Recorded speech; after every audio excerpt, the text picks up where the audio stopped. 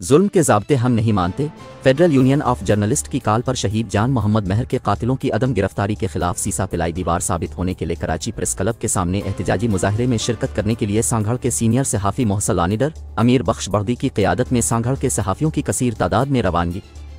सांगड़ के सीनियर सहाफ़ी मोहम्मद वकार भट्टी, रेहान अली भट्टी, मुबीन दर्स, जफ़र लोदी, रियाज हुसैन अस्करी, मुनव्वर शाहीन, मोहम्मद अली शर, रहमान बर्दी, सारंग वसान,